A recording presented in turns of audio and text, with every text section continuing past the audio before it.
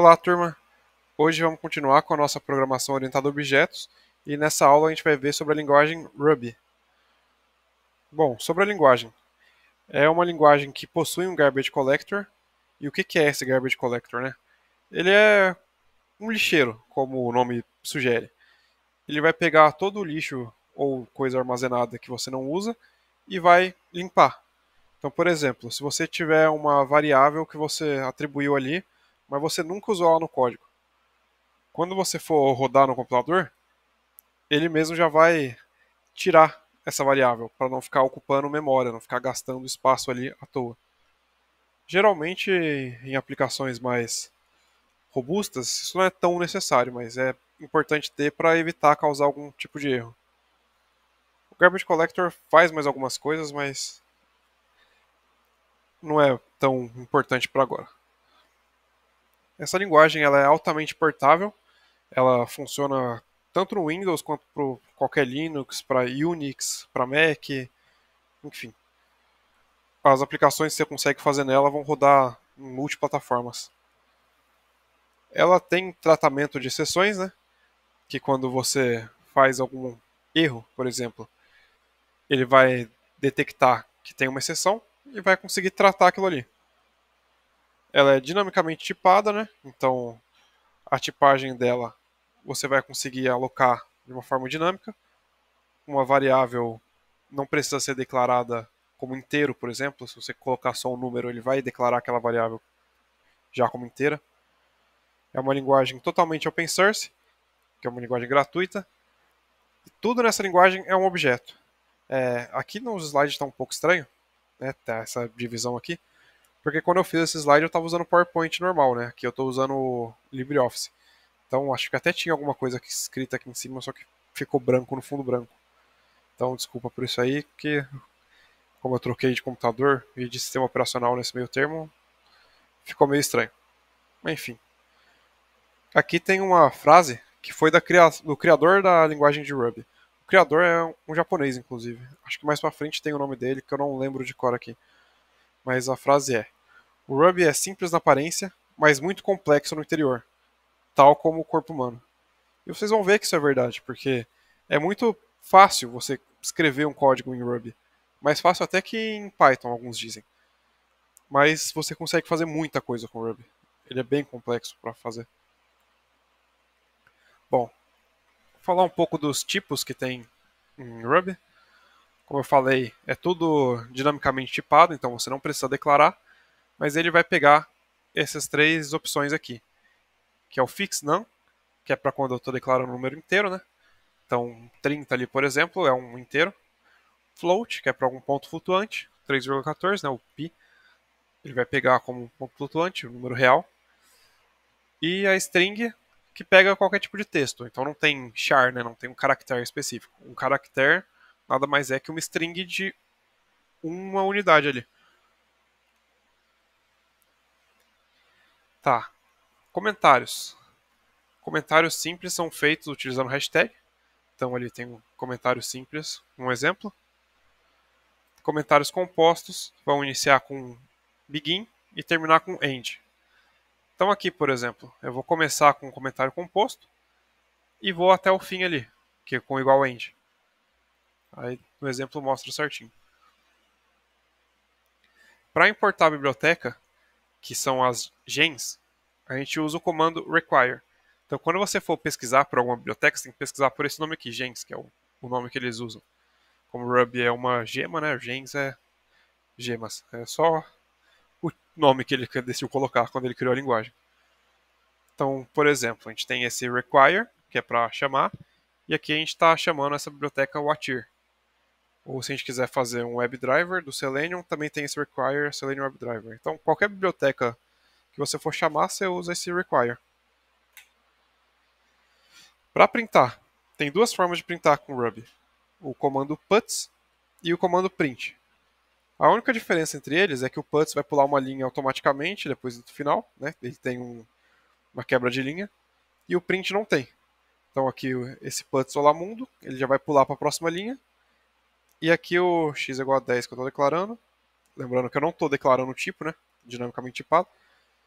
E quando eu for dar o puts aqui, ele vai printar o valor daqui.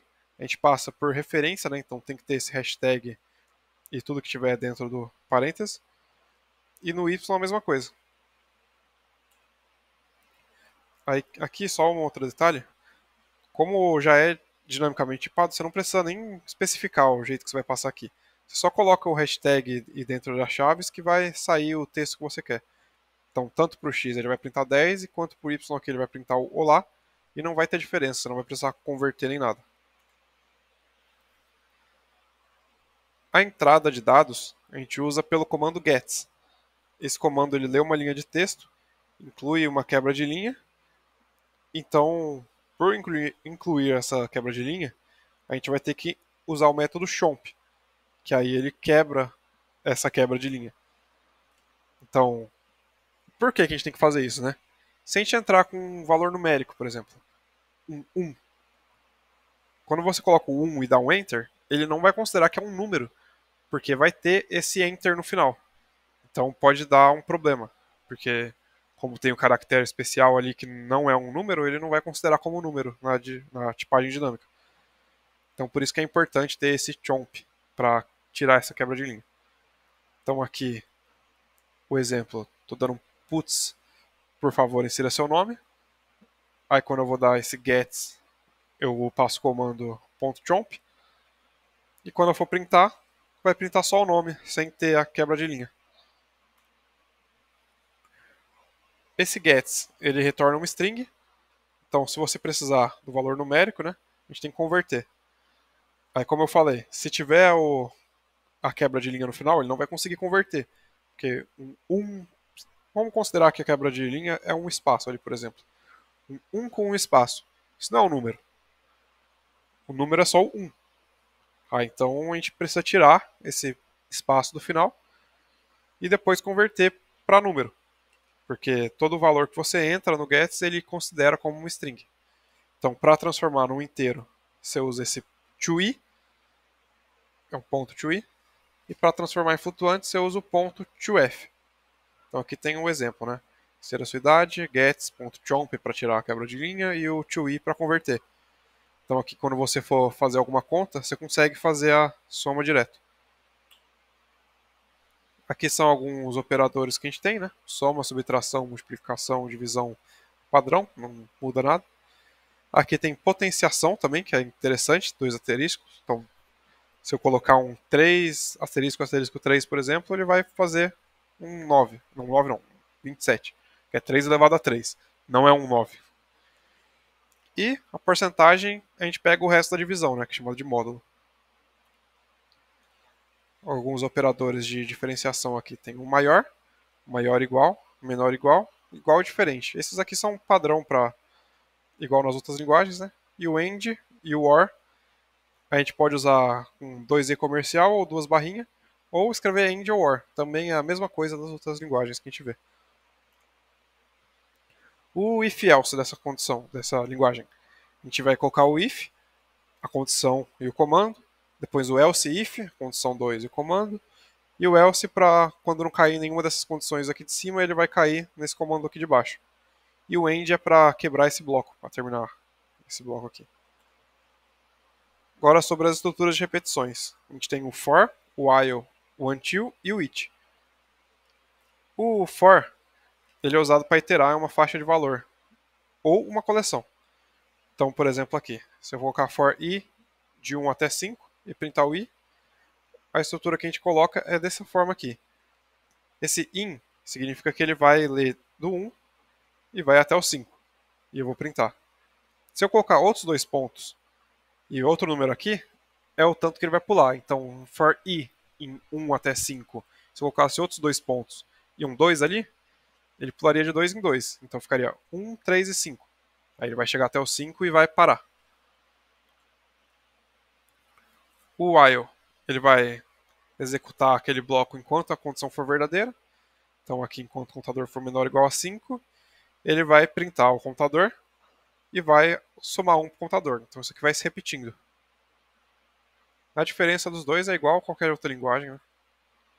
E o until, que é um diferente que tem aqui, ele vai executar até que uma condição seja verdadeira. A diferença dele para o while é que o while ele vai contar enquanto for verdadeiro, né? Ou seja, enquanto isso aqui estiver valendo, enquanto o contador for menor ou igual que 5, ele vai estar contando. Aqui ele vai considerar até que a condição seja verdadeira.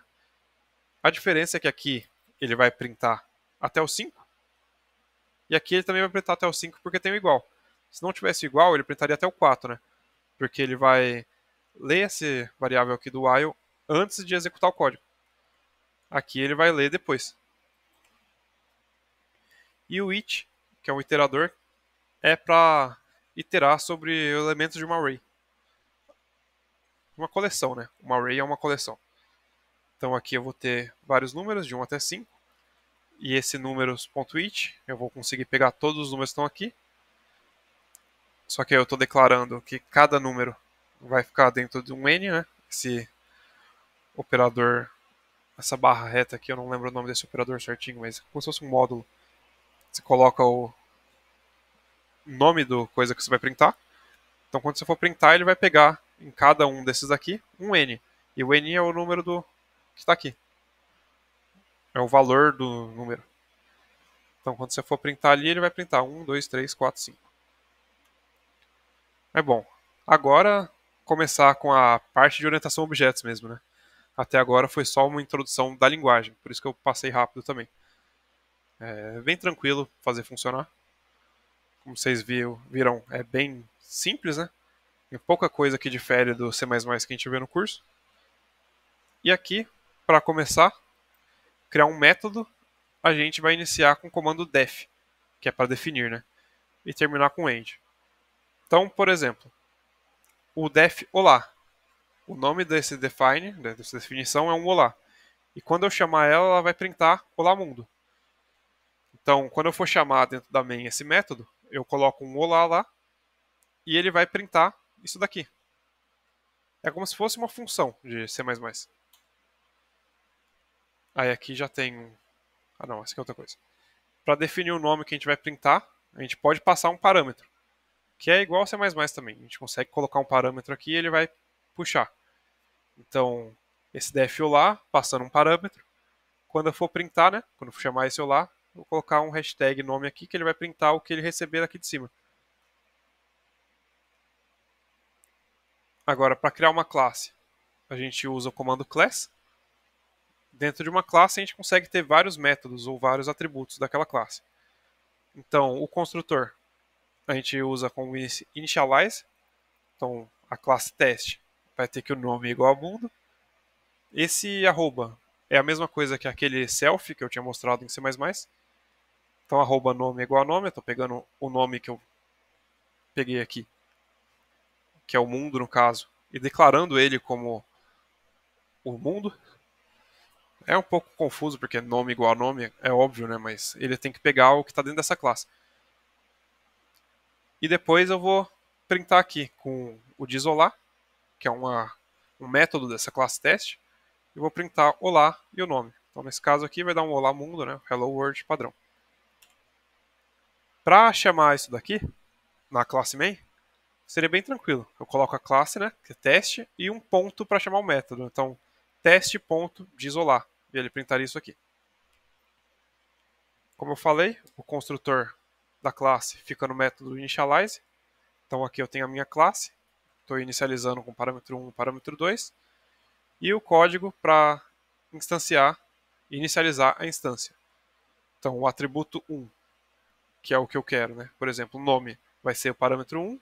E o atributo 2 aqui, idade, por exemplo, vai ser o parâmetro 2. Então, aqui eu já consigo inicializar ela direto, sem eu precisar passar os valores depois. Assim como eu inicializar a classe, já vai ter os parâmetros. E para chamar a classe que a gente criou, a gente precisa instanciar um novo objeto, né? E para isso a gente usa o comando new. Então aqui, por exemplo, g é igual a teste, que é a classe que eu criei, e o ponto .new, eu estou criando um novo objeto dessa classe com o nome mundo. E agora com esse objeto criado a gente consegue chamar. Então g.desolar.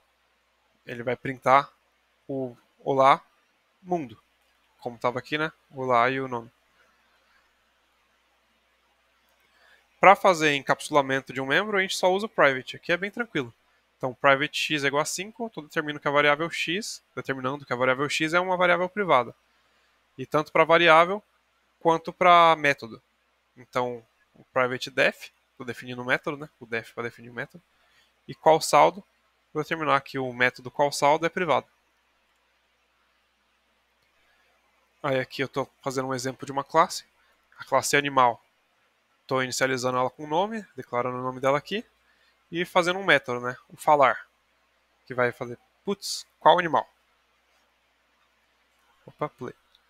Só que agora eu vou fazer o conceito de herança. Eu vou fazer um cachorro, que é um animal. Então eu vou usar o símbolo de menor que para atribuir a herança. O cachorro herda de animal. E eu vou atribuir uma nova classe falar dentro do cachorro, né? Então eu vou dar um override aqui. O bom é que eu não preciso fazer nada além de só declarar. Geralmente você tem que colocar um override ou fazer essa classe aqui como virtual. Mas aqui eu posso fazer direto de uma vez. Então, falar aqui vai ser o nome do cachorro, fala Wolf. E a gato também é herda de animal, a mesma coisa. Falar, o nome do animal diz miau. Para criar uma classe específica de uma herança, a gente também só precisa instanciar pelo nome da classe filha, né? Então, o cachorro.new, com o nome de Anubis, e o gato.new, com o nome de Bastet. Então, para o cachorro falar, vai falar que o Anubis diz au au, né? Que vai cair nessa condição aqui. No caso está o Wolf, mas considera o au au. E o gato vai dar miau. Bastet diz miau. Opa, pulei um. E agora, os exercícios. Esse primeiro é mais para mostrar como funciona a linguagem, né? Que é fazer a média de 3 números, usando o puts e o gets. Lembrando que o puts é para você inserir o print, né? E o gets é para você entrar com algum código do usuário. Aqui tem a explicação certinha. E o exercício 2 é para usar o conceito de classes, herança e polimorfismo, que é justamente o que eu mostrei ali. Né, tem uma classe animal, ela herda do animal, o cachorro herda do animal, e o polimorfismo é que eu estou usando o método, o falar aqui, que o padrão da classe é printar qual animal. Eu estou fazendo polimorfismo para fazer essa classe ter o falar próprio, ter o método falar próprio, né? Que vai ser esse que o cachorro diz Wolf. Aí aqui é só para fazer com carro, né? É basicamente o mesmo que está aqui, só que trocar em vez de animal por carro, carro esportivo e carro sedã. E aqui tem os métodos que tem que ter, né? O descrever para retornar a descrição do tipo do carro. E depois tem que instanciar essas classes e chamar o método descrever de cada uma. Instanciar é isso daqui. Cachorro é igual a cachorro.new, então seria carro igual a carro.new, carro sedã igual a carro sedã.new e etc. Aí é isso.